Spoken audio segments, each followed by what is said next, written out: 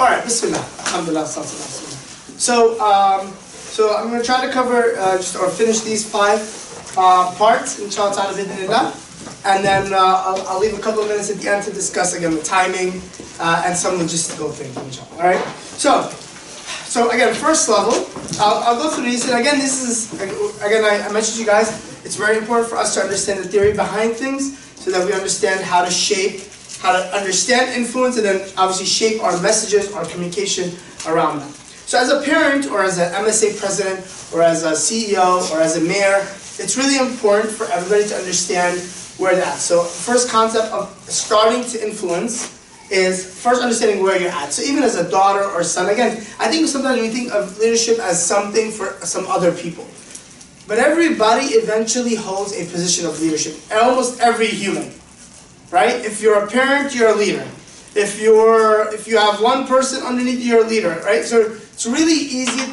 A lot of people hold position of leadership, but they don't climb, not everybody climbs the leadership ladder of influence, right? So they're limited in their leadership. So you might hold a position, but that's the lowest position. That's the parent that says you have to listen to me. You have to listen to me because I'm your father. I'm your parent. That's the sibling that says I'm older than you. You have to. That's the youth director that comes in and says I'm the youth director. Everybody needs to listen to me, right? Or the boss, or the manager, or everybody. We've always dealt with that person. Everybody has to climb the levels of leadership influence to be impactful as a leader. Okay? So the first level, know your job well. Under position, how can I maximize my influence? By the way, the 3 best books from John Maxwell, I highly recommend you guys read them if you're interested in leadership. Developing the Leader Within You, 21 Irrefutable Laws of Leadership. If you guys want me to say them slower, I can text it to you guys. And 360 Leader, how to influence 360 degrees around you. Those are probably the 3 best books for general leadership concepts with John Maxwell. Everything else is, that's good, but there's better content out there. Yes? So what qualifies him to determine leadership? I'm sorry? What qualifies John Maxwell as to determine what's a good leader and what's not? Oh, that's a good question. We're going to get to that. Under influence. John Maxwell's remember when I told you guys about marketing and attention? Yeah. John Maxwell just has a lot of attention when it comes to leadership. But his depth, if you study real leadership, is not real leadership. It's the McDonald's of leadership. I'm sorry for the Frank. It's just, that's what it is, right? There's organic prime rib, or grass-fed prime rib steak, and there's McDonald's, right? Just understand those. Anyway, so know where I am. So first level, again, to be influential. Obviously, know what your job is. As a CEO, as an MSA president, as a mother, know what your job is. What is your job description? What am I supposed to do here? Understand the history, right? Understand your own personal history. You'll be so surprised that even as a parent, most of parenting comes from your own history, right? As a CEO, as an MSA president, it doesn't matter. Understand the history of the organization. Understand the history of the culture. Understand and learn to be a team player. Understand to have respect, accept responsibility, build trust. That's really important in position 1 for influence. Okay? I'm going through these a little bit fast, but just... Position 2 is a lot about love. You love your people. Make your people successful. Show empathy. Love your people more than your procedures. Love your relationships more than your rules, right? That's position 2 leadership for influence. Position 3, initiate growth. So have growth for yourself, growth for others. Have a vision. Have a direction, right? Some of these things. I'm highlighting the technicalities of what this actually means. In level 4, so invest in people, train your people. Make sure they get richer than you, smarter than you, bigger than you, more popular than you, more ambitious than you, bigger companies than you. That's okay. Because what? At the end of the day, you're trying to be a leader. You're not trying to be... Leading doesn't mean that they're always underneath you, right? In the hierarchy. So that's very, very important. Last is you are the consultant, you are the mentor. You're the one the president picks up and asks, my dear mentor, what do I do right now? The stock market just crashed. We just got bombed, right? There's somebody that influences the president. Who's that person? Who's that group of people? That is the real leader of the country, right? The president is sometimes just the position, right? So you have to understand the game of influence really well. Does that make sense? Excellent. So let's go. So now we're going to go, I know a lot of theory. I hope That we'll get off that. Now we're going to go into practice, okay? How do we put influence into practice? Okay? Here we go. Any questions, by the way? Nope. Excellent. All right, good. So climbing the levels of leadership, now levels of influence through leadership. Now we're talking about influence techniques. Okay? Techniques. All right, here we go. So I'm going to go through them. So we'll discuss each one in a little bit of detail. Then I want you guys to make me a commercial, just so we have enough time. You're going to make me a commercial based on one of these, okay? So you're going to sell, everybody's going to sell me a product today. You're going to influence me to buy a product using an influence technique that we're going to learn today. All right? Excellent. Here we go. The first one. By the way, Dr. Caldini is the researcher on this. He's the most popular guy. He's really good though. He's popular and he's good. So sometimes they got both credibility and the attention. Dr. Robert Caldini. He wrote pretty much the masterpiece of the past 25 years on the science of influence. And particularly in influencing people to do things, right? In communication, in marketing, in messages, okay? So the first one he talks about, I'll give you the simple idea of what it is, and then I'll tell you guys the fancy word of it, all right? The first one is called, it's the you scratch my back, I scratch yours. Yeah, kind of thing. If you can close that. Use it. I'm sorry, I should have picked a better phrase for this. It's called the rule of reciprocity. Reciprocity. People, if you give someone a favor, they tend to be indebted to you. If you do something for somebody, by the way, I had a video on this, but the projector is not ideal in here. So I apologize on that. I'll make sure that that's set up like that. So if you give something to somebody, they will give you something back in return. It's the basic. Behavioral scientists have measured that this is a fundamental rule in people. That if you give, people tend to give you back. And what they focus on here particularly is, for example, when you go to somebody's birthday party. If they invite you and you gave them $100, what do they usually do when they come to your birthday party? Give you $100. They give you $100. Has anybody ever done this before? My mother, until this day, I don't keep tabs of this, but people that came to my wedding, my mother wrote down the amount they gave me because when their son or daughter gets married, what happens? I gotta go and give them back the same amount of money, right? So if somebody does something for you, it's called the rule of reciprocity. People tend to give you when you give them. You scratch my back, I'll scratch yours. Okay? Basic human analysis. Let me give you how the research works on this. It's crazy. So I'll go into detail on one, and I'll try to give you the others. Research showed that people that are waiters, okay, people that are waiters, they go in and, again, communication techniques of persuasion. They go in and they, when you're a waiter, I'm assuming nobody waited in here before, but when you're a waiter, what would have to happen for the waiter for you to give him a really good tip? So on average, what kind of tip would you give? I don't know if you guys, I'm asking. 15%. When you go, $30. you give the 15%, right? Whatever is right, which is about $30. I pick 30. I put 30. Whatever's in your pocket. whatever is in your. You're all lying. Okay. So usually people give, if there's a number in there, you're more than likely to give the lowest number, right? 15, 18, 21%, right? You're more than likely to give the lowest number. So people give a baseline of 10. What researchers did is that they went in to certain restaurants and they told people, this is in New York, they told people, look, they trained the waiters, this is studies, all studies, they told the waiters, go to the table, okay, and put a mint. Okay, say hello, it's normal thing, whatever, and you put a mint on the dish. Put mints on the dish for every person at the table. They saw that tips rose above average 3.3%. Okay, so people were more likely to give a 3.3% more. So if it's a $10 tip, it went to $13, right?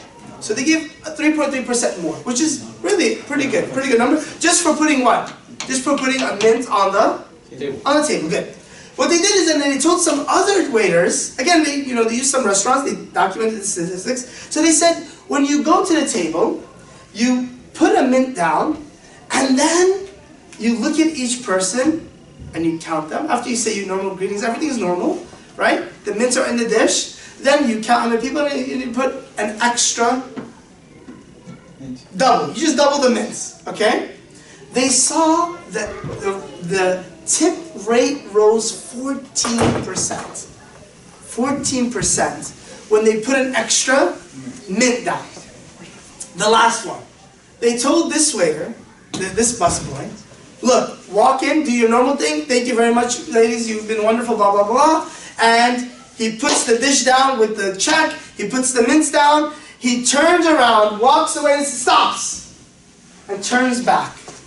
Comes back to the table. He says, he looks over his shoulders so that the manager doesn't see, and he says, for you fine people today, I have a little extra something for you. And he puts a mint in front of each person at the table. 30%. 23% rise over the baseline of tips. What's the lesson? That the more something as simple as a mint can make a restaurant 23% more money per customer that walks in.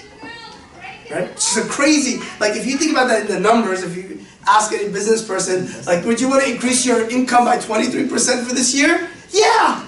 Just double the mints and give it to them personally. So this research in reciprocity says that if you give something to people that's meaningful, and you give something to people that's personalized, and if you give something to people that's unexpected, your reciprocity influence will be tremendous. The more you give, the more you get back.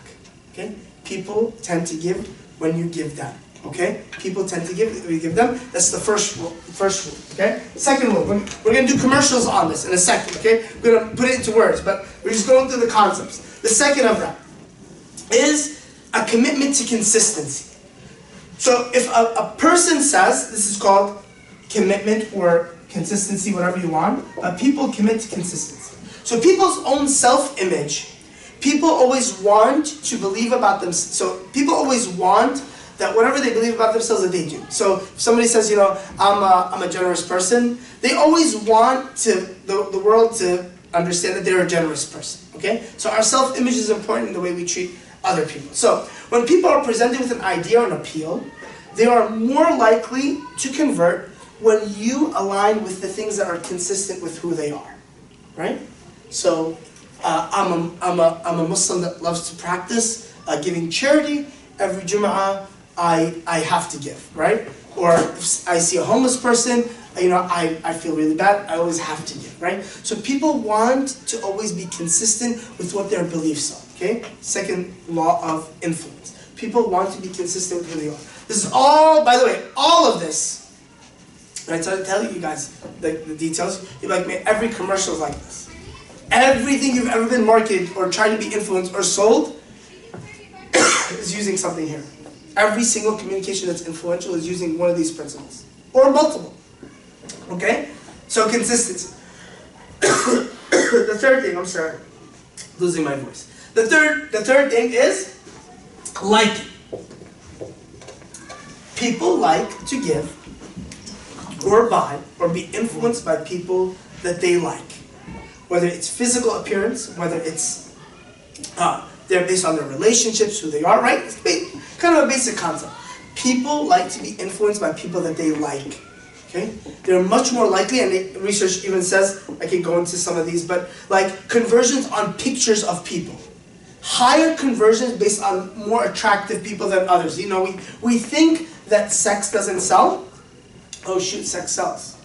And that's why they keep using it. Because these images and these pictures of likable people really tend to have people buy. We think, I always thought, like, why did they put a basketball player in this car commercial? Why did they put a bikini model? Why is a Kardashian selling school bags? Right? But it's really because they're trying to play to likability. And it's a phenomenal concept, and a lot of research on it. Again, I'm just going through some of these quicker. The fourth level is authority. This is what we talked about a little bit with John Maxwell. People tend to respect authority figures.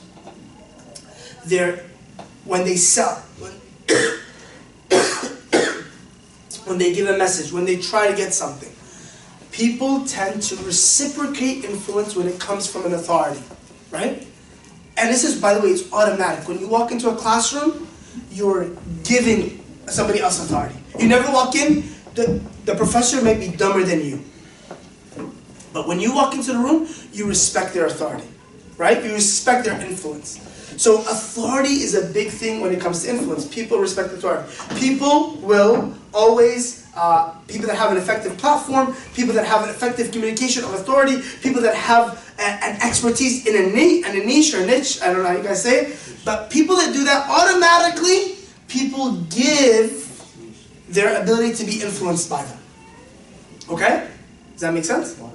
And last but not least is scarcity.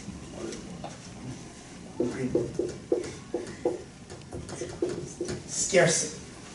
When something is scarce, when something is limited, when something is finite, when something is running out, people tend to do what? Buy more. To run to do it. Buy it, jump on the bandwagon. Oh, it's only 1,000 seats for Hassan Minhaj. I know somebody that was in front of SMU 3 hours before Hassan Minhaj came in, right? Because what? You really didn't know. Where's the influence here? The influence is ran by scarcity. When something's extremely limited, by the way, you can create urgent issues. You can create urgency in people to make it believe that there's a scarcity, and people tend to be driven to do something when it comes to scarcity. Okay? Limited seats, this, that, or the other. Okay? These are some of the techniques of persuasion. These are the rules, 5 laws in behavioral science of persuasion. Guys, I have a lot of detail. We don't have a lot of time because I would like to do the commercial because it's all about the practice. It's not about the theories as much as possible, right? Does anybody have a question about any of these? Is it kind of clear? Okay, good. Now what we want to do is shape communication that's influential in a way that it reciprocates one of these laws. Is every law clear? What does scarcity mean? It's a limited amount. See, people tend to behave in a way where there's something limited. Very good. What does liking mean? When other people that you associate with or know. Okay, good. What does reciprocity mean? You give me something, I give you something. Good, excellent, very good. So, take 2 minutes, literally you guys have 2 minutes. Take 2 minutes, I want you to come up with a product, any product that you want, and I want you to give me a 30-second commercial on this product using one of these. Only one. Ooh. Only one. Might include others, but I want you to highlight one, let's just say that. I want you to highlight one of these rules in a commercial selling any product that you like. Any product that you like, okay? You can describe the commercial, but the idea is for you to communicate the message of the commercial using one of these laws or rules, or multiple of them. That's fine as well, but highlight what they are. Okay? Can everybody take 2 minutes to do that? Got it. Bismillah. Go ahead. You guys are going to come up and present. Work on it. Oh, is it like in pairs or like? Oh, no. Actually, we got more people. You guys want to work in pairs? I was hoping to group y'all. You guys want to group? Yes, sir. All right, let's do two together. It's a perfect pairing. Do you mind working with the brother? Sure. Okay, good. So, Muhammad, do you mind working with Isra? Sure. Jazakallah khairan. You guys too? You too? Can you sit next to Jamal? And go. Bismillah. That'll be more funner in groups. Sell a product.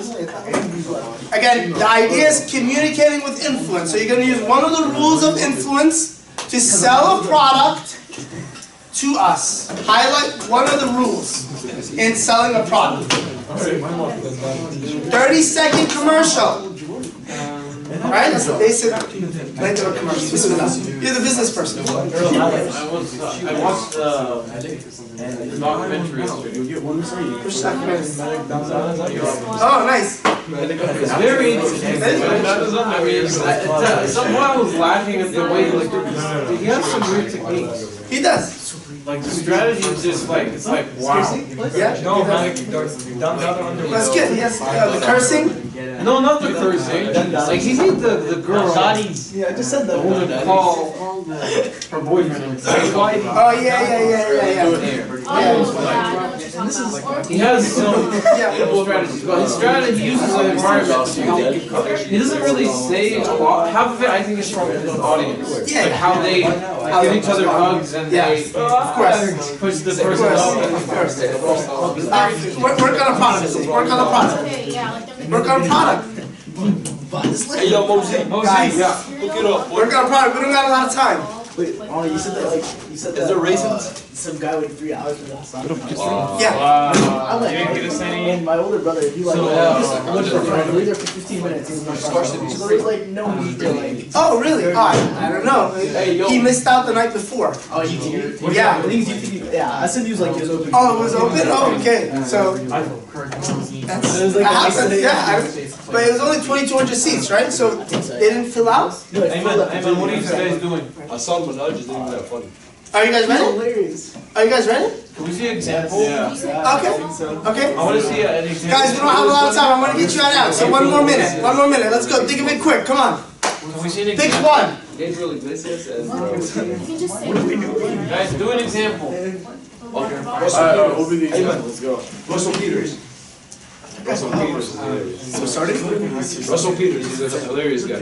It's not hilarious. Sell a product. Give me the techniques under the law. No, like, You guys ready? Yeah. All right. I want to make sure that everybody. Are you guys ready? Yeah. Ready? How much? Okay. All right. We'll have them go first. Let's have them go first. All right. So 30-second commercial. Tell us what your product is and sell us. 3, 2, 1. God said, "Let there be light." My name is Elon Musk, and this is my friend, Michael Jordan. And I'm here to sell you a lamp. Alright? You see, this lamp will stay on forever. It is consistent. And you should get it from us, because this I'm is Michael Jordan. and I'm Elon Musk. I sent a rocket to space, and he can jump as high as my rocket. So you should probably buy this lamp. And there's only 1,000 of these lamps left, and so with this, you know, on every side of the company, on every side of the lamp, it's got Michael Jordan and Elon Musk, you know, collab. So Yeah, and if you buy one, you get one free. Cause we'll give you something back. You know? Because I'm Michael Jordan. Send us money, Yeah. please. Okay, thank you very much. Very good. Excellent. Okay, very good. Very good. Okay, obviously they picked the easiest one, which is about authority. And liking? Yeah. Okay. It was mostly supposed to be like. Okay, very good. I mean, Elon Musk is the authority on rockets, but okay. Michael Jordan is like logos everywhere. Sure. Okay. That was decent. Who's next? You guys wanna go? No, we're good. Oh, we should have people choose different ones. So, and we go. right? How many wanna go? You guys wanna go? This one now. Let's go. The worst one. We did all of them. Cake. Wait, did we do all of them? All right. Except for one. Ready? Set. Go. You know, you'd think if your body was made of 70% of something, you might want to get some more. That's why we're here to tell you, you need to buy some miracle water. Now this water bottle is engineered to provide your skin the best looking skin you can possibly have. Gives you clear skin, no acne. And water bottle works because celebrities like Kim Kardashian, the Hadids, are now converted to this water bottle.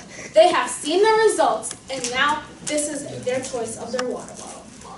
Buy your pathway to clear skin today. Okay, very good. I like that. That's very good.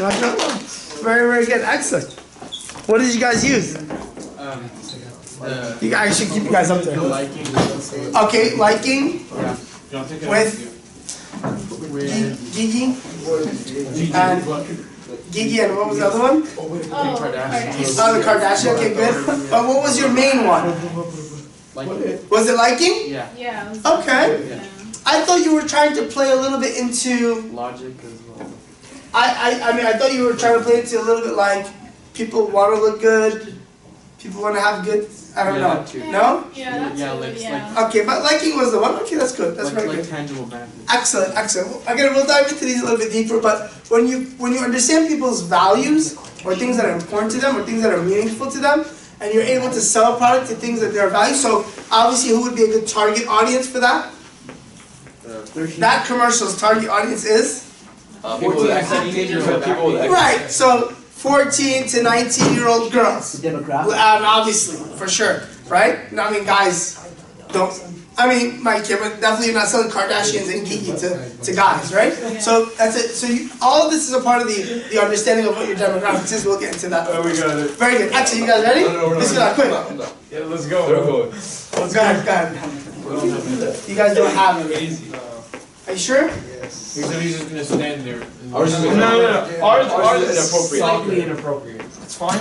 No, slightly inappropriate. No, just erase the inappropriate stuff. Come on. That's the product though. Okay. Wait, no, it's good. Jazakallah khairan. I appreciate it. Okay, we got this. We got this. Okay, good. Excellent. We got this. No, let's go. You have 3 minutes. You guys either go now or not? Go. Okay, go. Hurry up. Alright, so listen.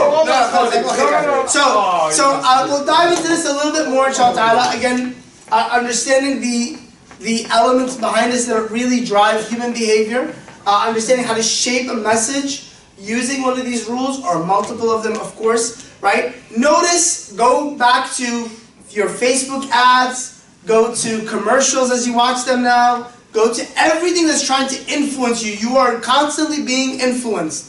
Snapchat updates, look at what they're trying to do. How are they trying to mobilize or influence you into action, right? Is it scarcity? Is it reciprocity? Understand it, right? Every technique used in the market is using one of these, trying to back by one of these rules, okay? Be more aware of it. So we'll close a couple, Jazakallah khair, everybody, wonderful job. So we'll close a couple of logistical things. So by show of hands, very quickly, there was a push for us to move this session, the Monday session, from 6 to 8 o'clock.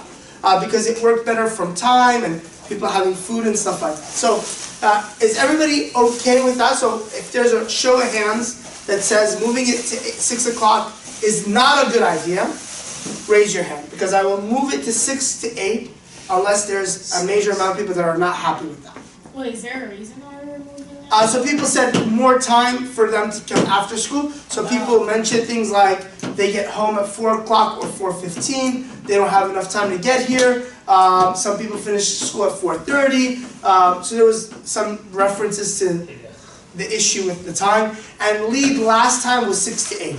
So I guess we're trying to move it up. Is there anybody that has a major issue with it being at 6 to 8? Homework, anything? Everybody's okay with that? Okay, great. So next week we'll meet at 6 to 8. So what, like we pray Fajr, then we have another thing, and then we go pray. 6 to 8 p.m. Monday, inshallah. And of course Saturday we'll meet from 10 to 12 p.m. inshallah. I'll send you guys some of the references that we referred to.